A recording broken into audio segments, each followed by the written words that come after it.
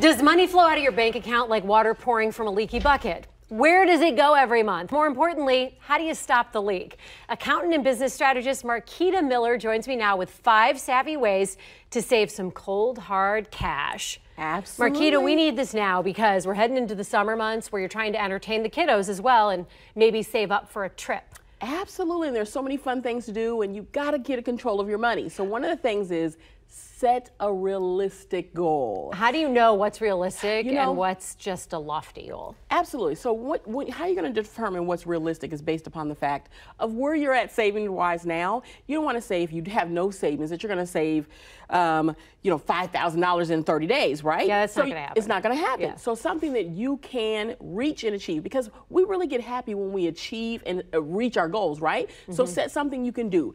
Baby steps so that you can reach that accomplishment and feel good, and then you'll set another goal. So that's the first thing, a realistic goal. One of the things you also stress is making your savings automatic. So what does that look like? Oh my gosh, yes. You know what? How many times do we not think about what comes out of our paycheck? Because you don't see it. If all the times you sign up for these memberships that are $9.99, $4.99, and you never think about it, you never cancel it because it's automated, use that to work for your good.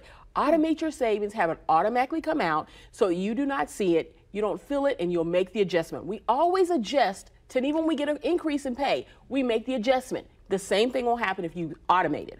You don't want to depend on yourself to do it. Similar to a 401k where it's automatically deducted and put in that. Absolutely. You can do that with a savings account? Absolutely. You can do it with a savings account. You can have the bank take it from your regular checking account when you get paid, or if you're a small business owner, you can have it pulled out every weekly, or even from your employer, but automate it so that you don't have to deal with it and you don't have to remember to do it. What is the best way to track your money spending? You say this is the show me the money part of your Show me the money. You have to 5 points. figure out, so in the midst of you setting a realistic goal, you're automating it, where has your money been going? Yeah. So you want to find the foxholes where you can uncover some of that extra money. So track your spending for a week and you'll be surprised. I went back to that, and you can fast food, eating out, sometimes those Starbucks, all of those things can add up. So that will help you. If you track your spending, then you identify what on this list am I willing to release so that I can achieve something that's much greater. Like those quick little stops you make on the way home from work, whether it's to Target or Walgreens or CVS. Absolutely. Those add up. They add up. They're unplanned for, and a lot of times you go in and you buy more than you intended. Yeah. But if you really begin to track your spending, you can take advantage of reducing some of that income that's going out. And then that would lead to step number 4, which would be narrow down the budget. Narrow down the money. Narrow down the money, which is going to identify a budget. Once you track that, what can you eliminate?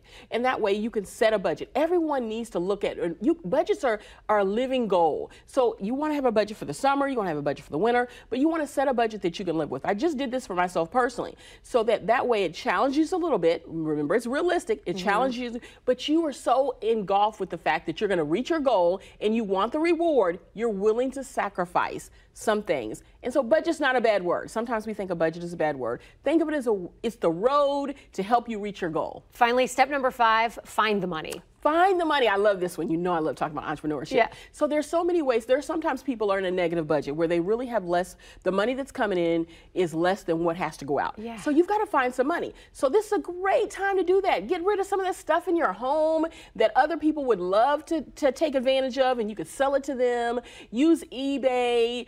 Maybe find a hobby. If you love to take photos, then this is a great time to do it. If the weather's great, use your hobbies to create extra income.